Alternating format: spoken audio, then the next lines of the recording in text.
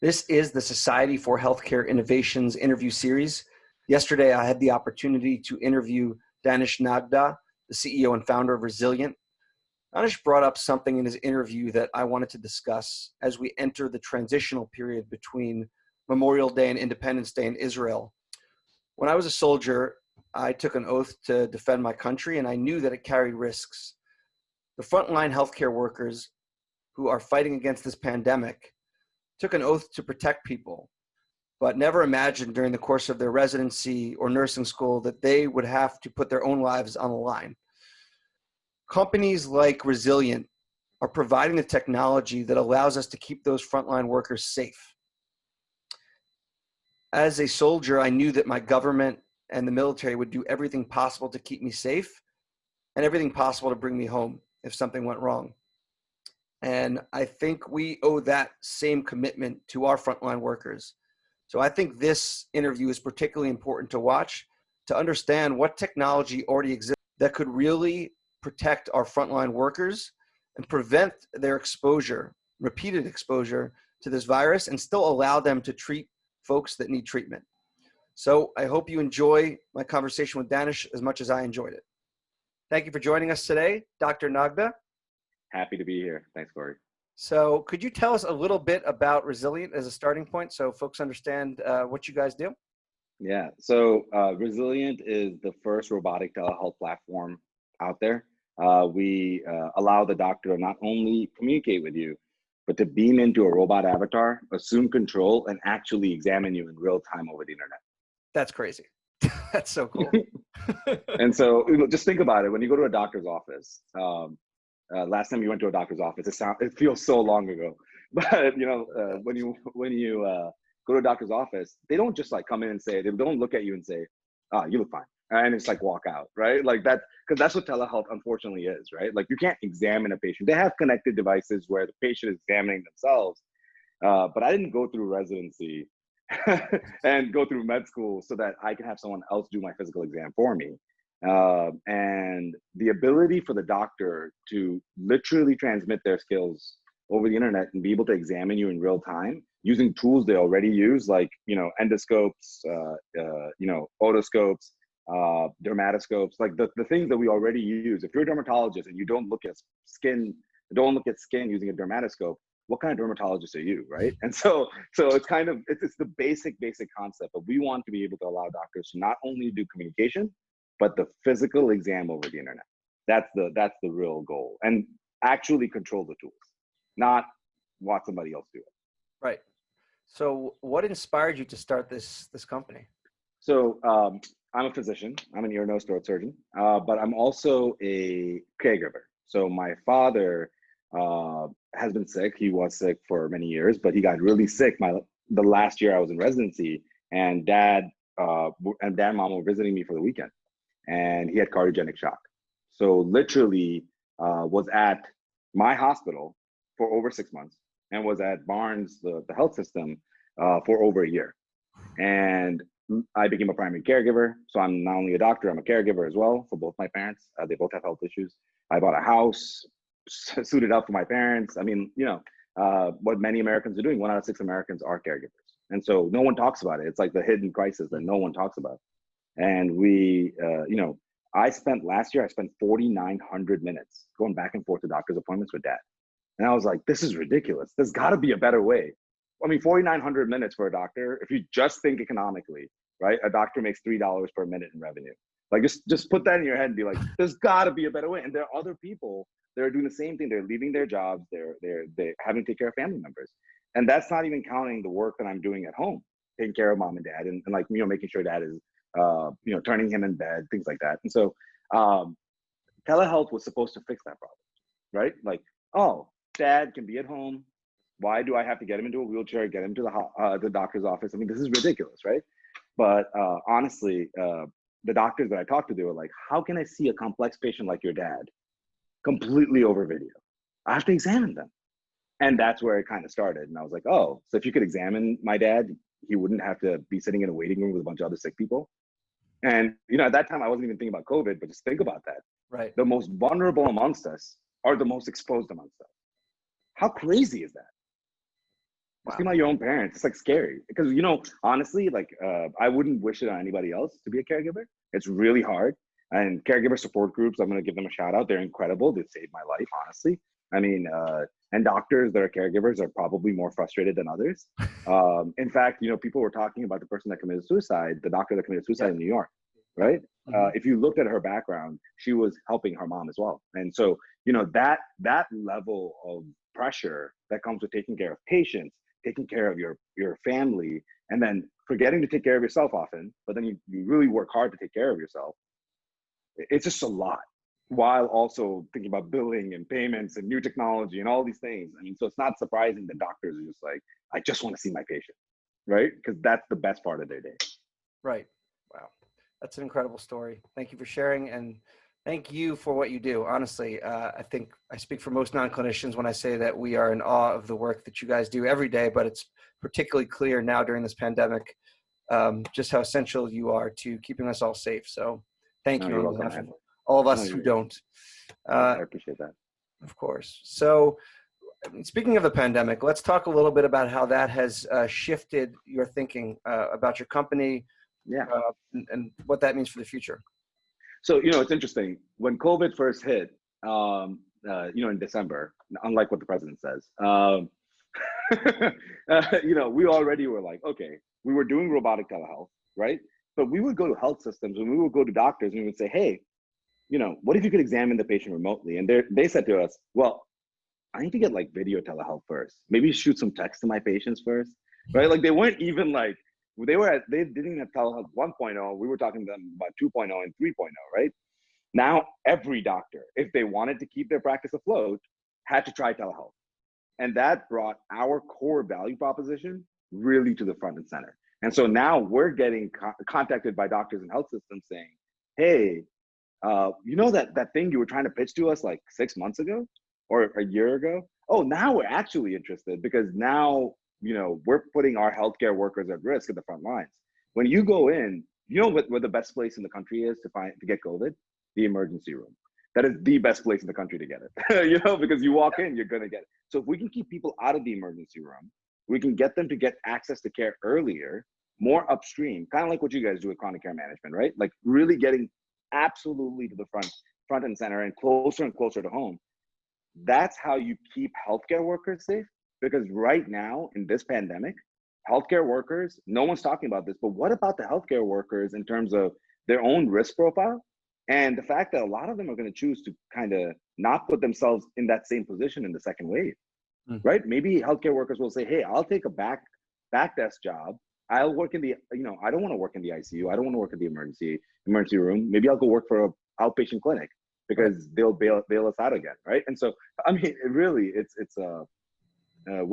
wouldn't you, right? Yeah. I mean, these are really, honestly, they're heroes at the front lines. I would say doctors, but nurses especially, because they are the ones that are doing the front end testing. But how can we tell ourselves that it's okay to do that when I wouldn't do that to my worst enemy, put them at the front lines to a disease that is communicable, when there are tools like ours and others, not just us, the others as well, where they could actually have that separation between the healthcare worker and the patient before we know what their status is, right? Like, let's protect the healthcare worker. So that's actually really helped business, obviously, with COVID. We've also, we had to do a deployment way faster with our first customer. Like, we were planning it in Q3, and we had to do it in end of Q1. And that was, you can imagine from a business standpoint, we were just like, while, by the way, I can't get anything from outside the country. Supply chain is completely stopped, right? And we do a little bit of hardware, robots, right? And so we just put things together and we got it out there because our customers wanted it. And we did roll it out slowly and, like sourcing here, sourcing there, trying to get things together. But, we tried our best to support the first customer. We gave them, one thing that we did do was we gave health systems and big providers and even smaller medical offices the ability to try it before you buy it, which was important in COVID. So that was hard, but we did it. And obviously it's paying dividends, but ultimately we're here to help the doctor, help the patient. So that's kind of what we're still doing. I will say all these companies that are completely shifting to a COVID only model, I would recommend against that. having done this before, this is not my first rodeo. The first company was Schoology, and Schoology exited last year, and it was an incredible journey. And we were there at the financial crisis. And people were like, hey, maybe you should do financial education for people that are looking at mortgage loans, like things like that. We were learning Schoology. I don't know if you're familiar, but it was Facebook and Blackboard together. We were like working with like high schools and stuff. And they were like, oh, get into the financial business. And so you're seeing all these companies, I'm sure you're seeing it, that have like a COVID motive. Yep. And I think, that's flawed. Help people help the doctors, or help, do something that is more virtualized, because everything that's like Zoom, they're not a COVID company, but they're doing great. Right. So, that's the one big learning lesson, was don't change your core value proposition because the market forces a change. If you had a good value proposition, it would sustain through. Right. And I think folks have kind of come up with these parallel offerings where they're already working with the health system and they deploy, symptom checker, let's say, which is kind of something, clinical pathways. Now we've added one for COVID, right? It's not shifting. And that's awesome. Yeah. And that's awesome, because that's actually showing to me, if I'm a health system, I want to see, hey, is this a tool that's going to be flexible and modular enough that when the next big thing happens, I can morph this tool to meet my needs. And if your tools can do that, that's great. Yeah. And honestly, there are people out there that don't think that robotic telehealth is needed yet. They think like, let's get the doctors onto regular telehealth first. And I can tell you, like, what happens to all those chronic care patients that actually need to be evaluated, like the diabetic whose feet haven't been seen in like 8 months, right? Like that person could get an ulcer, and that ulcer could get infected, and God forbid that person. By the way, my dad is insulin dependent diabetic. I check his feet always, right? And you can't do it over video. You gotta actually examine them. And so, these are all the things that unfortunately in COVID have become a reality. So yeah, tell me a little bit about the actual capabilities of Resilience robots. I mean, what can they do? So when you think about the physical exam, right? So you can communicate. Let's just go over the communication piece. There's a communication docking station that, and it can be mobile, it can be stationary, but it's got small capabilities that I cared about, because again, I was thinking about my parents. And so if you've got a hearing aid, it directly connects to a hearing aid using something called telecoil technology. So it doesn't use Bluetooth. It works with every hearing aid, which is important, because we shouldn't only work with the hearing aids that are more expensive, and we should work with all hearing aids. And so we use telecoil technology to talk to the elderly patients, like my mom who has a hearing aid, and she's not elderly though. But the other big thing is it's better for the visually impaired. So we have some things. So the communication robot, or the communication docking station, is just to improve the communication experience, and especially for people that are a little bit older and are not as tech savvy, because telehealth by design is actually built for the younger patient, right? You have apps on your phone, you have all these other things, and the super elderly patient, and you guys know this because you do chronic care management, building an app for that patient that's in their 70s is a lot harder. It's a lot harder, but it's a lot more rewarding, because when they do a magical experience, they are your greatest advocate. And we found that with our technology. And so that's the communication piece. And the second piece of Resilience robot, which is what I think you were referring to, was the examination piece. And the examination robot, there are 5 parts of an exam. All right, I'm gonna do some med school teaching here, sorry. But there are 5 parts of an exam, right? Inspection, so what you see. So you can see either with your eyes, or you can see through a tool. So that includes everything from looking inside your eye at your retina, looking inside your ear at your eardrum, looking up your nose with a nasal endoscope, looking in your mouth, either what the dentists use, or directly just visually, looking at your skin through a dermatoscope, looking through. We're not doing colonoscopies, don't worry, none of that. But essentially all inspection, we can do pretty much every inspection that you can think of. So we can do essentially all those tools. So ophthalmoscope, dermatoscope, endoscope, otoscope, nasal endoscope. So we can kind of do the whole gamut of those. So that's number 1, inspection. Number 2 is auscultation, what you hear. So stethoscope is the most common auscultation device. And so we can do stethoscope, heart and lung exam, things like that. Especially for the cardiologist, that's super important. Then after that, the third one in the physical exam, the actual physical exam, is percussion, which is kind of a lost art where the doctor goes like this and it hears like the resonance. We do not do that because no doctor does that, except for maybe GI doctors and some pulmonary doctors. And if it becomes a big thing that they want, we can obviously build it.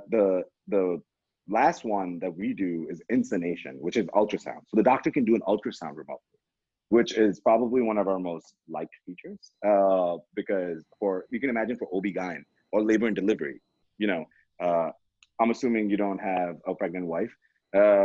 Assumption. That you know of. And so, so let's say your wife is pregnant and she has to go. Would you really want your wife right now in the middle of a pandemic going to a doctor's office? Hell no. Hell no. I would not. All right. And I have a fiance and I think she's not pregnant. But I would never let that happen because that's dangerous. That is actually putting your kid in danger, right? Unless that office is extremely well managed, which many of them are. But just speaking general things being general, let's assume that it's not the best environment, right? So if your doctor could actually just sit on a computer and actually examine you using a remote ultrasound capability, I mean, you wouldn't have to go in. Your kid would be definitely much more safe, right? And so that's the fifth one. The one I skipped was palpation, the ability to touch remotely. And I can tell you, we cannot do that right now, and probably not until 5G becomes more ubiquitous, because you need something, the latency, the delay, and when I move something on the screen and something moves remotely has to be 1 millisecond. Wow. So right now we can do less than 200, maybe 150 actually, milliseconds remotely. So we've done it from Penn to WashU over the internet already. Yeah. So I gave a lecture at Penn and live did it in front of, I had a med student do it actually. And poor co-founder, but on the co-founder, which is kind of crazy. But I was trying to make a point. But like the infusion of 5G, which by the way, what a great time for 5G to come in, right? The one time that we're all communicating remotely the most, if 5G can really come in, and we're working with Verizon on this, and we're going to go to the 5G labs, we're going to put this out there, but ultimately in 2021, our goal, and as part of the X Prize, we're one of 77 teams in the world that have been chosen to compete in the X Prize. That's like Elon Musk's big thing. Yeah. And so in that, it's part of the goal is to actually do remote touch. And so we're going to be working on that. Hopefully by 2021, 2022, we would allow a doctor to do palpation. So like touching the patient remotely and feeling the sensation of what it feels like on their skin. Wow. And that's going to be the birth of what they call the tactile internet. It's coming. So like literally having like a loved one remotely and giving them an embrace, we will be able to do that by 2021, 2022. That is crazy cool. So it's where coming. do you go to receive this care? I mean, the robot isn't going to the patient's home, is it? Not yet. But that's the ultimate goal. So, you got to crawl before you walk and you got to walk before you run. So, we have a 3-sided market, right? So we have the doctor, we have the patient, and we have the location. So what we did for our first customer was that we made the doctor's office the location as well. So imagine you can see your doctor at any of the locations of that health system. Wow. So you just go to your local doc, right? You go to your local clinic, whichever one's closest for you, and your doctor can see you at any of those, right? For your scheduled appointment. And that had a very good positive response. So that is how we made our 3-sided market into a 2-sided market. And that was really important, right? But now we are actively pursuing conversations with medical retail stores, grocery stores, with pharmacies and clinics, the big retail pharmacies, and really imagine you could go to your local, I don't know, Walgreens, and see your doctor there. That is the ultimate goal, is that, once we get more and more locations, for a doctor to expand the reach of their skills is extremely challenging and expensive. A satellite office for your practice costs $250K minimum to get set up, right? So imagine you could have 100 or 1,000 satellite offices where you could do, I don't want to say the exact same as what you do in person. There is this like doctor's touch stuff that I don't know if we can do yet, but maybe with VRAR could. But the ability to have that presence remotely, if we can give doctors that, we believe the doctors are going to be more likely to adopt this. And you start with, as I mentioned, crawl. So you're starting with doctor's offices, doctor connections. I don't know if you have any family members that see doctors a lot, but for my dad, he sees 7 doctors. So imagine if you go to one doctor's office and see all 7 doctors in the same day, or see all 7 doctors at the closest doctor's office. I mean, that's the ideal. Yeah, Story, I mean, right? my brother had ulcerative colitis, and he spent a good part of a year in the hospital, and he had a dozen doctors. So, Exactly. yeah. And it's tough, man. It's like awful. It takes 49. That's a long time, and 4,900 minutes, and it's one person's life. Like my dad, his main job for like a year was just going to doctor's appointments. Right. I mean, that doesn't make someone feel like they're contributing to society, and it's tough. What is your feeling on the trade-off? And I'm sure this has shifted a little bit as a result of the pandemic, but that face-to-face, right, is now replaced by a robot. Now, there's obviously a great danger involved in today's environment and showing up in person, as you already noted. So how do you think about that trade-off between safety and comfort? I think about it as any other technology ever, right? So when the telephone started, right, they said it's not the same. I rather just talk to you face to face. Then you had video and audio and like the video phones. I don't know if you guys know that, but you might be too young for that. But they used to have video phones, and they said the same thing with Zoom. They said the same thing, but today Zoom is the modality of choice for businesses around the world. I think what's going to happen is actually we're going to get closer and closer to that, right? So the big difference, the doctor-patient touch. I just told you that in 2021, you might be able to actually feel your doctor's touch remotely. You put your headset on, they put their headset on, you show up in some virtual medical office, right? A digital office that kind of looks like a real office. Have you ever done VR, Corey? Yeah. So Wild. now you can imagine it, right? And then you don't even know that there are robots around you. And you think your doctor's standing right there looking in your ear, but it's actually the robot that's looking in your ear. How would you know the difference if it's immersive, right? My mind is blown. Give me a second. Just think about it, right? And so, I mean, this is where it has to go, because everything is pointing to,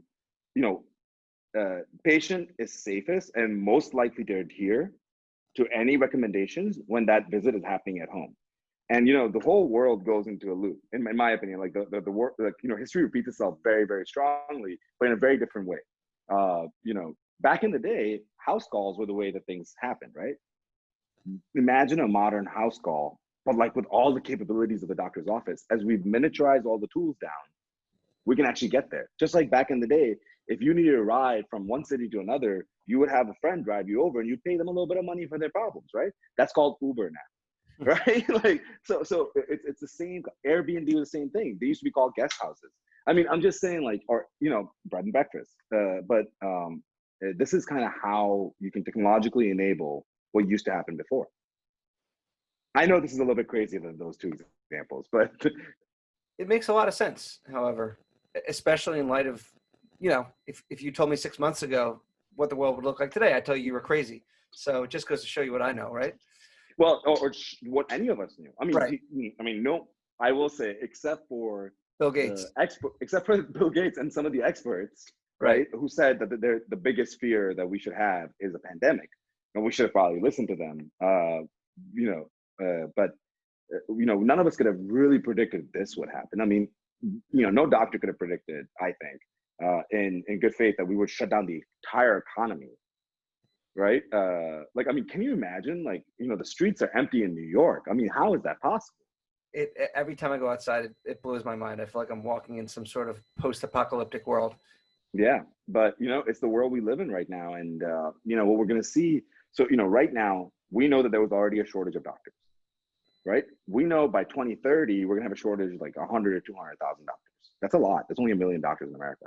Right? So that's a lot of doctors, especially as urban areas were getting more and more dense. Now we're going to see an exodus of urban areas. I think people are going to be like, I don't want to go through this again. I don't know if that's going to really last, but it's going to be a short exodus and maybe a return. But at the end of the day, what we're going to see is doctors are going to have to become more scalable. And the way that you do that is by allowing a doctor to be where they need to be, having a life, being safe, being at home or being at work or whatever they want to do, however they want to do it, but the ability to transmit their skills to wherever, instead of having patients come to the points of care, the doctor transmits their skills to the point of need. And that actually improves access to care, keeping people out of hospitals, right? And therefore decreasing the cost of care, making the upstream payer much happier, making the patient much happier, and ultimately making the doctor much happier. And that's actually how it happens, right? So that's what, and it's not just gonna be for doctors, it's gonna be for plumbers, it's gonna be for mechanics, anything that's physical, high skilled labor, we're gonna see them beaming out and being where they need to be. Because you know what, robots right now, I can't program a robot to do a physical exam. Like I cannot, because patients might move, things like that, right? But Right. a human can account for that, because we still are not there where we can. Autonomous vehicles are easy because you're on a road and you're just driving, right? Like it's not. But you know, if you actually think about it, with autonomous vehicles, the reason why we got there so quickly is because, except for Fred Flintstone, every other person that was driving a car was not using their legs; they were using a medium. They were pushing on something, right? And that thing was transducing that information and making the car move. So you always had that connection where you were watching how the person was driving the car. But when a doctor examines a patient, no one's watching. 2.5 billion physical exams, no one knows how the doctor does it. Think about it. How many of them are digitally captured? Less than 0.01%, like easily, right? 2.5 billion exams. Talk about a training data set, right? And so if you could be the medium between the doctor and the patient, you could actually allow that doctor to be able to say, oh, just do an ear check, and it mimics the doctor's movements. And that's kind of what we're doing, is to allow the doctor to become more scalable so that they're actually using their cognitive abilities, not their technical abilities over time. It makes total sense. And in fact, the president of our society is a physician at Penn. And one of the things that he was talking about was how this has really thrust innovation forward. You know, you have a doctor who suspected COVID. He can't be in the hospital, but a PA has him on FaceTime when examining a patient. He said, you know, 80% of what I do, anyone can do. It's that extra 20% where they really need my experience. And we can now do that by video to a certain extent. And I think, you know, what you are proposing is the continuation of that, right? The next level of that, which is we can actually, it's not just a person, it's a robot that is doing what I want to do, just not where I am. Just think about it. Telehealth changed mental health. When was the last time in your lifetime that you had heard about mental health as much as you have in like the last 2 years? No, I haven't. I mean, this is a new era. It's a new age. It's a new age. Exactly. It's a new era. And it's because when I do a mental health appointment, which I don't, you don't want an ENT doing a mental health appointment. It's a bad idea. We're from here to here. Everything above and below is outside my domain. But you know, when you do a mental health appointment, you don't need to examine the patient. No wonder it works so well. Right? Think about it. But if, again, an ENT that doesn't look in your ear, nose, and throat, quack, complete quack, right? Like, you know, like, or a cardiologist that doesn't listen to your heart and lungs, probably not a good cardiologist, right? Like, you know, Right. And so it's just, that's the thing, is like the more hands-on part of the specialties, psychiatry does not have that as much, and behavioral health barely has it, right? And so that's why they are the killer app for video telehealth. So zooming out for a second, what are the implications of this long term for that face-to-face in an That's a inpatient fair setting, question. outpatient setting? Tell me what you see, you know, looking 5 years into the future. It's going to be a trade-off. And I can't predict how Americans are going to, or the world, or humans are going to actually think about this. Consumers are going to think about this, but it's a trade-off between access, convenience, right? Access and convenience, and quality of care, right? Because we know that doctors that see more volume of patients with more diversity of patients, right? From diverse locations, diverse backgrounds, they tend to actually perform better than doctors that are seeing the same type of patient over and over and over again. We know that, you know, you can get access to the best doctors in the country, right? Imagine that your doctor was actually a doctor at Mayo Clinic, right? And they just saw you remotely, like, right? So now you have more consumer choice. So choice, access, convenience. And the other trade-off is familiarity, the way things were, right? Convention, and that sense of in-person interaction that some patients really enjoy, and I, as a doctor, really do enjoy. I will tell you, bankers. When was the last time you talked to a banker outside of a business, for personal banker? Probably not that often, unless you need a mortgage or something. People really don't, right? You don't really, or met them in person, not on the phone, but actually met them in person. It's not as common anymore. Bank tellers used to be the way of the world, and now, like, they are the most. They are not a large part of the way you think about things. But if you ask your parents, or if you ask your parents' parents, your grandparents, if you ask them, hey, how often did you have full conversations with bank tellers? They'll tell you all the time. Right? I mean, it's such a weird thing to think about. And it's the same thing about the milkman. Remember, there used to be a milkman. Yeah. Right? I remember that growing up. I remember, he would come in, he would put it in the little, tin bucket in front of the house. That was a thing. Yeah. And, I can tell you, I don't know who brings the milk to the local stores. I have no idea, but I don't need a milkman. Right? And, that's what I'm trying to explain, is like, that those human connections are going to get severed because there's just not enough doctors. There are too many patients. We're not getting early enough into preventative care. I think that will be a big movement because of coronavirus. I'm very proud of the fact that my colleagues, like that the doctors around the country, are saying, hey, we need to get healthier, have less chronic diseases, need to work on these problems from diet and nutrition, which, by the way, I was never taught in med school. And it's not a hate on my med school. It's actually more of a hate on the way the healthcare system is set up, right? We're a sick care system, not a well care system. Right. And that's going to change too. So hopefully that actually improves access to better health, not just better care. But I do think, to answer your question specifically, do I think that people are going to choose access and convenience over relationships? I think the answer is everywhere around us, right? Like, it's the relationship changes, it evolves. So, today, the doctor, messing around in your ear is not part of the relationship.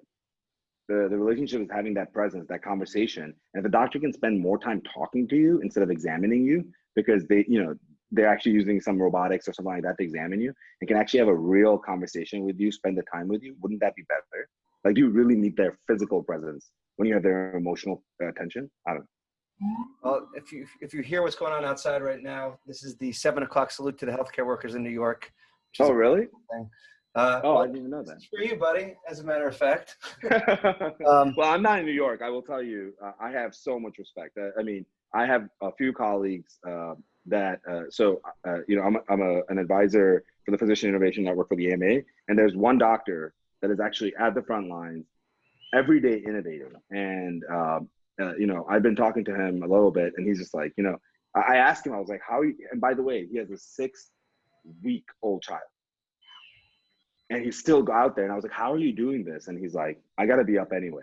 And that's the kind of attitude, right? And it's impressive. That's really amazing. And Danish, like, I don't have many conversations where I'm just like, what?